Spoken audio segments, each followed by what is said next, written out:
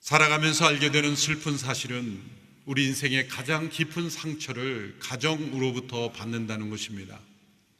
또한 깊은 사실은 아무리 아픈 상처일지라도 예수 그리스도 안에서는 치유되고 회복될 수 있다는 것입니다.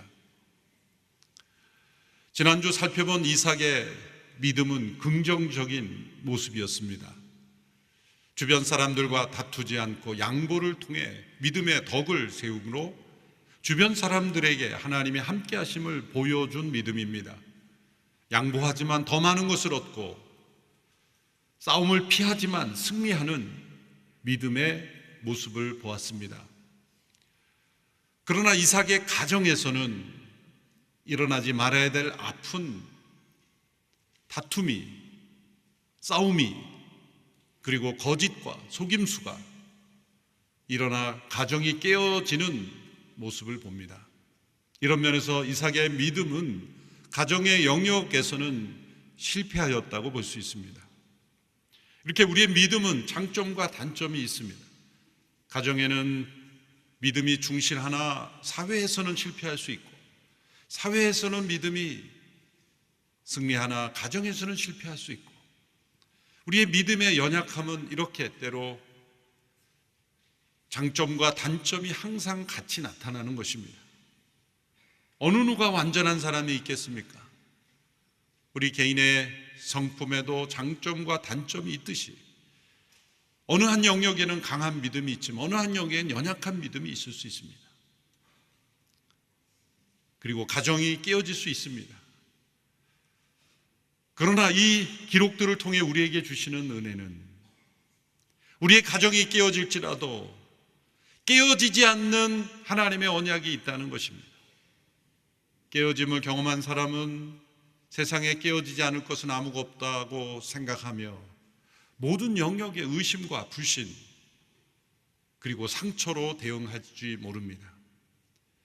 그러나 깨어짐 속에서 상처 입은 영혼들이 만나야 할 하나님은 결코 그 약속을 깨트리지 아니하시는 분이라는 겁니다. 하나님과 맺은 관계는 결코 깨어지지 않는다는 겁니다. 하나님은 변치 않으신다는 겁니다. 하나님의 사랑은 끝이 없다는 것입니다. 하나님의 신실하심은 우리의 연약함을 뛰어넘는다는 것입니다. 하나님의 능력은 우리의 불순종에도 불구하고 그 계획대로 반드시 이루신다는 것입니다. 깨어진 가정에도 하나님의 언약은 깨어지지 않았다는 것. 이 이삭의 깨어진 가정의 모습에도 불구하고 그 한 사람 한 사람 그 가정에게 주신 하나님의 언약은 깨어지지 않고 계속 이어진다는 것을 우리에게 보여주기 위해서 이 이삭의 가정의 깨어진 모습을 보여주는 겁니다. 이삭이 이렇게 문제 많고 가정이 이렇게 깨어진 가정이라는 걸 고발하기 위해서가 아니라 우리 모두의 가정은 어느 정도 다 깨어짐이 있습니다. 다른 사람에게 말 못할 아픔이 있습니다. 가족 간에도 나누지 못할 상처가 있습니다. 죄로 말미암아 아담 안에서 태어난 모든 가정은 겉으로 볼 때는 괜찮은 것 같이 보여도 그 이면에는 깨어짐이 있는 것입니다. 당연하다고 여기는 것이 아니라 그런 깨어짐 속에서도 깨어지지 않는 하나님과의 약속을 붙잡고 나갈 때 우리는 그 깨어짐의 늪 속에서 벗어날 수 있으며 그 깨어짐을 통해 더 멋지고 아름다운 가정으로 변화될 수 있다는 것을 우리에게 알려주시기 위해서 이 이삭의 깨어진 가정의 모습을 우리에게 보여주고 있는 것입니다. 이삭의 가정에는 일어나지 말아야 될 일들이 계속 일어났습니다. 창세기 25장에서는 형제간의 불행한 거래가 있었습니다. 오늘 본문에서는 거짓과 속임수로 가족이 깨어지는 불신하고 또 심지어 살인이 일어날 만한 위험한 상황에 처하게 됩니다. 이러한 상황에 이르게 된 것, 그 과정 속에 보면 이삭과 리브가의 대화가 단절되었고 또 이삭과 리브가가 두 자녀를 서로 각기 편애하는 모습을 보였습니다. 이 창세기 27장에 보면 6번의 대화가 나오는데 그 6번의 대화의 공통점은 모든 대화마다 두 사람씩만 등장한다는 겁니다. 네 사람 모두가 나오는 대화가 없습니다. 1절에서 4절을 보면 이삭과 에서가 대화하고 5절에서 11절은 리브가와 야곱이 대화하고 28절 29절은 이삭과 야곱, 또다시 이삭과 에서, 리브가와 야곱, 리브가와 이삭, 이렇게 두 사람씩만 등장하는, 이것은 단절된 관계를 보여주는 거죠. 리브가가 에서와 대화하는 장면이 한 번도 나오지 않아요. 에서와 야곱도 불행한 거래 이후로 대화가 나오지 않습니다.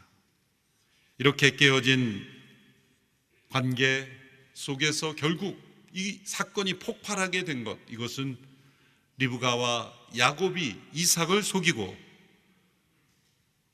이삭이 에서에게 주고자 했던 축복을 가로채는 것으로 나타납니다. 27장 전체의 내용을 간단하게 요약하면 이렇습니다. 이삭이 나이 많아 눈이 어두워질 정도로 약해졌을 때 에서를 축복하고자 합니다. 에서에게 자신이 좋아하는 별미 음식을 만들어 오거나 라고 말합니다. 그 이삭의 지시를 리브가가 엿듣습니다. 장막 뒤에서 엿듣고 야곱에게 급히 지시합니다. 염소를 잡아오라. 내가 고기를 마련해 줄 테니 그 고기를 들고 에서인 척 위장하고 에서에게 주고자 하는 아버지의 축복을 받으라. 야곱은 당황했습니다. 형 에서와 저는 모양도 다르고 피부도 형은 털이 많고 저는 매끈하여 아버지가 만져보기만 하면 금방 알 텐데 저주를 받을지 모르는데 그 일을 어떻게 합니까? 어머니 리브가는 밀어붙입니다. 저주는 내가 받을 테니 너는 내가 시키는 대로 해라. 야곱은 어쩔 수 없이 어머니의 뜻대로 행합니다. 만일을 위해서 노출되는 피부를 동물의 털로 위장하고 어머니가 해준 음식을 가지고 이삭에게 들어갑니다. 이삭은 의심쩍었습니다. 뭔가 의심이 들었습니다. 그런데 만일을 위해 위장한 그 위장에 속아서 결국 이 에서에게 주고자 했던 그 축복을 야곱에게 주고 맙니다. 뒤늦게 이 사실을 깨달은 이삭과 에서는 분노하고 에서는 야곱을 죽이려 했습니다. 그것 또한 엿들은 리브가는 재빨리 야곱을 삼촌 라반에게로 도피시킨다는 내용입니다. 얼마나 가슴 아픈 이야기입니까? 가족 간에 서로 속이고 분노하고 심지어 죽이려고 하는 이 깨어진 가정의 모습. 왜 이런 일이 생겼을까요? 창세기 25장에서 나타난 대로 이삭과 리브가가 서로 한 아들씩 편애했기 때문인데 이것이 완전히 터진 사건이죠.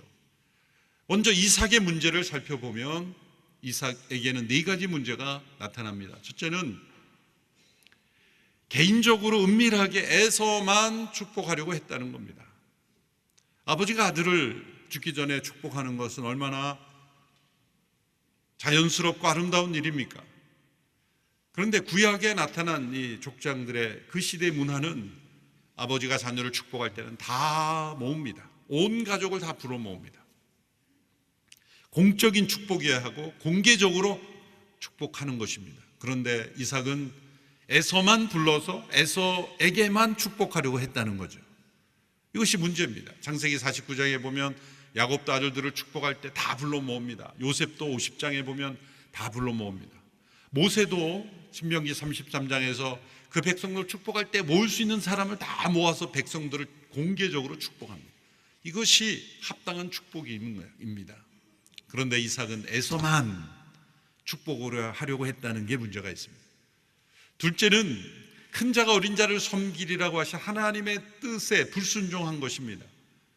이삭은 자신이 좋아하는 에서에게 집착한 나머지 하나님의 뜻에 대하여는 무관했습니다. 무시했습니다. 더 나아가 불순종한 것입니다. 사람의 마음은 무엇인가 고착되어 있으면 하나님의 뜻이 무엇인가를 구하지 않고 자신이 원하는 대로 하고자 하는 잘못된 욕망, 이것이 이삭에게서 나타난 거죠. 세 번째 문제는 이삭은 죽을 때까지도 아들을 조건적으로 사랑한 것입니다. 자신의 죽음을 예견하고 자녀를 축복하는 것 얼마나 엄숙하고 순수한 일입니까? 근데 이삭은 그런 상황에도 뭐라고 말합니까? 오늘 본문에 보면 6번이나 내가 좋아하는 음식, 맛있는 음식, 나를 위하여 사냥하라. 이삭은 죽을 때까지 고기를 사랑한 거예요. 죽을 때까지 아들을 사랑한 게 아니에요. 나를 위하여 음식 만들어 오면 내가 축복하겠다. 이렇게 조건적 사랑이 끝까지 간 것, 이거 이 이삭의 문제죠.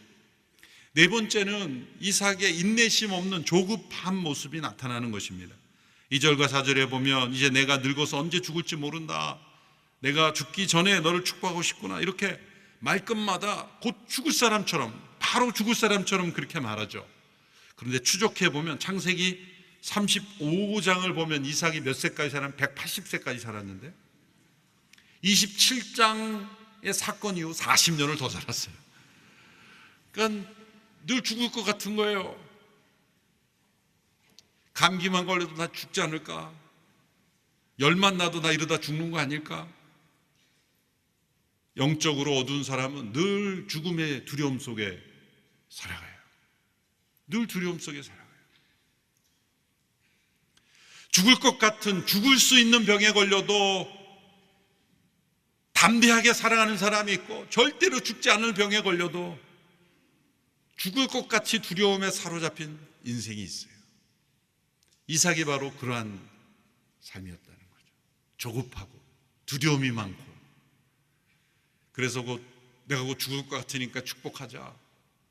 어떤 면에서는 자기가 좋아하는 고기 한 번 더 먹고 싶어서 이러지 않았을까? 이 이삭의 영적 무지함입니다. 이런 영적 무지함이 결국 에서만을 축복하려고 했고, 에서만 축복하려는 것을 가로채기 위하여 리브가가 그것을 엿듣고 가로채고자 했던 거예요. 결국 야곱이 에서로 변장하여 들어가 아버지를 속이게 되죠. 이삭은 좀 의심스럽습니다. 좀 이상하다. 가까이 좀 와라. 내가 좀 확인 좀 해봐야 되겠다. 음성이 야곱의 음성이니 진짜 에서인지 내가 확인해 보겠다. 그러면 의심쩍었다는 거죠. 그래서 가까이 갔죠. 그럴 경우를 대비해서 동물의 털로 위장을 했죠. 그래서 만져보고 나서 이렇게 말합니다. 이상하다. 목소리는 야곱인데 손은 에서로구나. 이런 바보 같은 아버지가 어디 있습니까? 사람 털과 동물 털도 구별하지 못했다. 이건 뭐냐면 이삭이 에서의 손을 잡은 지가 너무 오래됐다는 거예요. 자라날 때 언젠가는 만졌겠죠. 그런데 맨날 고기만 잡아오라 그러지 아들 손은 따뜻하게 잡고 그 털이 느낌이 어떤지 장성할 때까지 만져보진 않아서 맨날 그 손으로 고기만 해오라는 거지, 그 손을 잡고 따뜻한 위로 한마디 해주지 못한 아버지였기에 오랜만에 잡으니까 이게 사람 털인지 동물 털인지 구별이 안 된다는 의미를 포함하고 있어요. 음성으로 야곱이면 야곱이지, 이상하다. 목소리는 야곱인데 손은 동물 털을 만지면서 손은 에서로구나. 이런 영적 무지함. 그것을 알았던 리브가는 남편을 속일 수 있다라고 확신했기에 이렇게 엿듣고 행했다는 거예요. 이런 중요한 결정을 남편으로부터 직접 듣지 못하고 엿들어야 되는 거예요. 항상 리브가는 남편이 누구 만나면 장막 뒤에 가서 도청하며 엿들었다는 거예요. 이게 이게 제대로 된 가정입니까? 제대로 된 가정이라면 좀 편애가 있다. 여보, 아무래도 내가 에서를 축복해야 되겠어. 그러면 여보 안 돼요. 하려면 야곱까지 같이 해줘. 싸우더라도 그런 대화가 좀 있어야 되는데 아내에게도 말하지 않고 에서만 불러가지고 고기 해라. 내가 너 축복해 줄게. 리브가는 재빨리 뒤에 가서 엿듣고 야곱을 시키고, 이런 깨어진 가정의 모습, 안타까운 모습입니다. 리브가는 에서만을 축복을 했던 이삭의 계획을 막으려고 야곱을 서둘이 불러서 자신이 아들이라고 생각하는 유일한 야곱에게 그 축복이 가도록 속이는 비열한 방법을 사용했다는 것이죠. 하나님의 방법이 아닙니다. 하나님께서 야곱을 택했다고 해서 어떤 방법을 통해 써도 된다는 뜻은 아니고, 하나님이 야곱을 택했다 그래서 에서는 도외시해도 된다는 뜻이 아니죠. 큰 자가 어린 자를 섬긴다는 것은 큰 자를 버리라는 게 아니죠. 장자권을 뺏으라는 게 아니죠. 인간 문화 속에 있는 장자권을 야곱이 에서가 가지더라도 그거는 재산권에 불과한 거예요. 하나님의 계획은 더 넓고 큰 거예요. 육신의 장자권보다 비교할 수 없는 영적인 물줄기가 흘러간다는 것이지, 잘해주지 말라는 게 아닙니다. 버리라는 게 아닙니다. 둘째 아들만 사랑하라는 게 아니죠. 이삭과 리브가 모두가 다 잘못된 하나님의 뜻 가운데 떠난 하나님의 가정의 축복을 잃어버린 것이죠. 우리가 부부가 서로 대화 속에 서로의 거울이 되어야 하는 것입니다. 내가 모르는 모습을 배우자가 보게 해주는 거죠. 부부란 나보다 더 나를 아는 사람과 살아가는 거죠. 서로의 말에 귀를 기울이고 또 자녀에 대해 치우침이 없는지를 서로 의논하고 우리가 하나님의 뜻 가운데 어떤 가정이 될 것인가를 생각해야 하는 것입니다. 당시 아버지는 제사장의 역할인 것처럼 오늘도 마찬가지죠. 모든 축복과 사랑의 근원은 아버지가 되어야 하는 거예요. 사랑의 근원이 아버지가 되어야 합니다. 그 아버지로부터 사랑이 흘러나오고 남편으로부터 사랑이 흘러나오고 그 가정 속에 하나님의 축복이 흘러가야 합니다. 그래서 아버지의 축복이 성경에 강조되고 있습니다. 다른 한편으로 별도의 메시지지만 우리가 생각해 볼 것은 그 당시 사람들의 세계관에 이 말의 힘, 권세를 믿었다는 것이 참 놀랍습니다. 이제 뒤늦게 한 에서가 아버지에게 간청하지, 아버지 저에게도 축복해 주소서, 저에게도 똑같이 축복해 주소서 그랬더니 이삭이 뭐라 그럽니까? 없다, 다 줘버렸다. 저희 같으면은 나를 속였어? 야곱 뭐라 그래? 취소! 내가 주었던 축복 취소다. 우리는 말은 언제나 취소했다고 생각할 수 있잖아요. 근데 그 당시에는 말은 취소가 되지 않는다고 믿은 거예요. 특별히 아버지의 축복. 우리 입에서 나오는 말은 취소될 수 없다.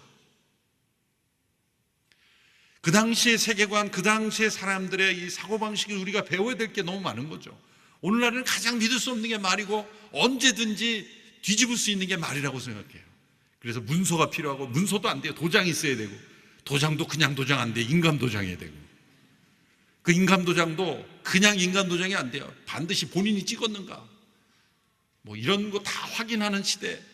도무지 말을 믿지 않는 시대. 말의 권세와 권위가 추락한 이 시대, 얼마나 더 타락한 세상입니까? 이렇게 이삭이 야곱에게 축복하였을 때 깨어진 가정이지만 하나님께서 야곱을 향한 그 계획이 이루어지는 것을 봅니다. 만민이 너를 섬기고 열국이 네게 굴복하며 풍성한 하나님의 복을 누릴 것을 선포했습니다. 우리가 이 사건을 통해 또 생각해 봐야 될 것은 부모의 죄가 그 자손들에게 더 심각해져감을 봅니다. 아담 한 사람의 불순종이 전 인류 가운데 수많은 죄로 이렇게 증폭되듯이 아브라함 한 사람의 거짓, 그것은 무엇입니까? 애굽에 내려갔을 때 아내를 누이라 속인 거죠. 그때는 반은 사실이었고 반은 거짓말이었어요. 이복 누이였기 때문에. 근데 이삭도 동일한 상황에 처했을 때 리브가는 이복 누이가 아님에도 누이라고 거짓말을 했죠. 이것은 100% 거짓말이에요. 상황을 모면하기 위한 거짓말이라고 말하지만 이제 야곱에게서 그 거짓이 더 심각해지지 않았습니까? 그리고 야곱이 경험한 거짓말은 뭡니까? 자식들이 동생 요셉을 애굽에 팔아 넘기고 나서 들짐승에 물려서 죽었다라고 그렇게 아버지를 속였잖아요. 이 대를 이어 내려가는 거짓의 이 증폭되는 모습, 어느 당대에 나 때에 내 안에 있는 거짓을 끊지 않으면 우리 자녀들에게는 더 심각해진다는 것을 이 족장들의 가정을 통해 보여주는 거예요. 그 죄가 이어질 뿐만 아니라 더 깊어지고 넓어지고 더 심각해질 수 있다. 반면 하나님의 은혜는 변치 않는 은혜, 포기하지 않는 은혜로 함께 하신다는 것을 보여줍니다. 이 깨어진 가정에는 어느 한 사람만의 책임은 아닙니다. 부모가 편해서 에서와 야곱은 아무 책임이 없다고 말할 수가 없습니다. 에서의 무지함은 그 무지함의 잘못이요, 야곱의 교활함은 또 교활함의 잘못입니다. 죄로 말미암아 이 깨어진 가정, 우리 모두의 가정에서 경험하는 아픔 아니겠습니까? 그러나 이 깨어진 엮이는 가정을 통해서도 하나님은 구원의 역사를 이루시는 것을 우리에게 알려주기 위해서 이 기록을 하신 거예요.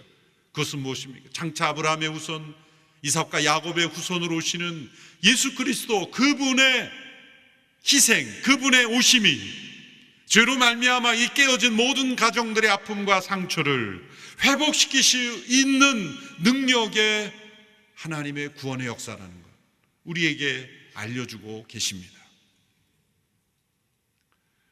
어느 미국의 교회에서 주일 저녁 예배를 목사님이 인도하고 있을 때 그 회중 가운데 앉아 계신 한 연로하신 목사님이 계셨습니다. 목사님이 그분을 발견하고 앞으로 나오시라고 해서 성도들에게 어떤 이야기든지 좋은 말씀 해달라 부탁을 했어요. 연로하신 목사님이 들려준 이야기는 이 이야기입니다. 어느 배 선원이 아들과 아들의 친구를 데리고 함께 작은 배를 타고 나갔습니다. 갑자기 불어닥친 폭풍으로 인해서 배가 뒤집힌 겁니다. 항구로 돌아가지 못하고 표류하게 된 거예요. 그 뒤집힌 배에서 경험 많은 선원은 이 밧줄을 붙잡고 배에 붙어 있었는데 두 아들과 아들의 친구가 이제 표류하고 떠내려가는 거예요. 아버지는 이 구명줄 한 줄을 누군가에게 그 짧은 순간에 어느 한 사람에게만 던질 수 있는 상황이었습니다. 그 몇 초 안에 결정하고 던져야 되는데 둘 중에 한 사람에게만 던질 수 있는 거예요. 그 순간 이 선원인 아버지는 그 짧은 순간에 이런 생각을 한 겁니다. 내 아들은 예수 그리스도를 믿고 영원한 생명에 이르렀으며 죽어서도 다시 만날 수 있지만 친구의 아들은 예수 그리스도를 알지 못할 영원한 죽음 가운데 처해 있을 것이다. 그래서 아버지는 아들아 사랑한다 라고 크게 외치고 아들의 친구에게 구명줄을 던진 것이죠. 아들의 친구는 뒤집어진 배 위로 건짐을 받아 살아났고 아들은 어둠 속에 바닷속에 사라져 시신조차 찾을 수 없게 되었다는 거죠. 그 이야기를 통해 연로하신 목사님이 전해주고자 하는 것은 하나님의 아들이 우리를 위하여 세상에 오신 것, 그것은 하나님께서 그 아들을 포기하심으로 우리 모든 아들의 친구인 우리를 살리기 위해서 아들을 포기하셨다는 것을 보여주는 사건이라는 거예요. 예배를 마치고 나갈 때 어느 청년이 그 목사님에게 와서 이렇게 항의하듯 도전했습니다. 목사님, 멋지고 좋은 얘기 같지만 너무나 비현실적인 얘기 아닙니까? 아들의 친구가 예수님 믿게 하기 위해서 아들을 포기한다는 게 너무나 비현실적이지 않습니까? 맞습니다. 자네 말이 맞습니다. 너무나 비현실적인 이야기입니다. 그러나 그 일은 실제로 일어났고 왜 이런 일이 일어났는가는 바로 이곳에 있는 교회가 말해주는 것입니다. 그 선원이 바로 나였고 그 아버지가 바로 나였고 그때 살아난 아들의 친구가 바로 당신의 담임 목사님입니다.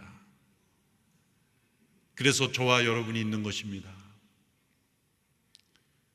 이삭과 리브가의 선택과 얼마나 대조되는 선택입니까? 이삭과 리브가는 자신이 편애하는 아들 한 사람을 축복하려고 했고 아들 한 사람을 잘되게 하려고 왜곡된 선택을 통해 가정이 깨어졌지만 이 선원 아버지는 자기 아들을 포기하며 한 생명을 살림으로 수많은 생명들을, 영적 생명들을 살릴 수 있는 그러한 길을 열었다는 것, 그것은 하나님께서 그 아들 독생자를 내어주심으로 우리 모두를 살게 하시는 하나님의 선택, 십자가에 스스로 자신을 순종하신 예수님의 선택을 통해 우리 모든 깨어진 가정이 다시 회복될 수 있는 길을 열어주셨고 우리의 가정은 깨어질 수 있어도 하나님께서 세우신 약속은 절대 깨어지지 않는다는 것, 그 아들을 주시기까지 사랑하신 그 사랑의 언약은 인간의 어떤 죄도 깨트릴 수 없다는 것, 인간의 어떤 불순종도 깨트릴 수 없다는 것, 인간의 어떤 연약함도 무너뜨리게 할 수 없다는 것을 우리에게 알려주고 계십니다. 우리 모두가 깨어진 가정 속에 살고 있습니다. 아픔이 있습니다. 죄가, 불순종이, 의심과 불신, 상처가 우리의 가정을 이삭의 가정처럼 힘들게 하고 있습니다. 기억할 것은 깨어지지 않는 하나님의 언약이 있다는 것입니다. 변치 않는 사랑이 있다는 것입니다. 결코 흔들리지 않는 하나님의 은혜가 있다는 것입니다. 이삭의 가정도 이렇게 깨어졌지만 그리스도 안에서 하나님의 가정은 결코 깨어지지 않는다. 우리의 가정이 이러한 하나님의 사랑으로 회복되는 은혜가 있게 되기를 축원합니다. 기도하겠습니다. 하나님 아버지, 깨어진 가정 속에 상처 입은 영혼들이지만 결코 깨어지지 않는 하나님의 언약으로 그리스도 안에서 우리를 붙잡아 주심을 믿습니다. 오늘 성만찬으로 함께 나아갈 때 결코 깨어지지 않는 새 언약을 우리에게 주시니 감사합니다. 성찬에 참여할 때 새 언약에 변치 않은 하나님의 견고한 약속을 믿고 우리 모든 깨어진 상처들이 회복되며 승리하게 하여 주시옵소서. 예수님의 이름으로 기도하옵나이다. 아멘.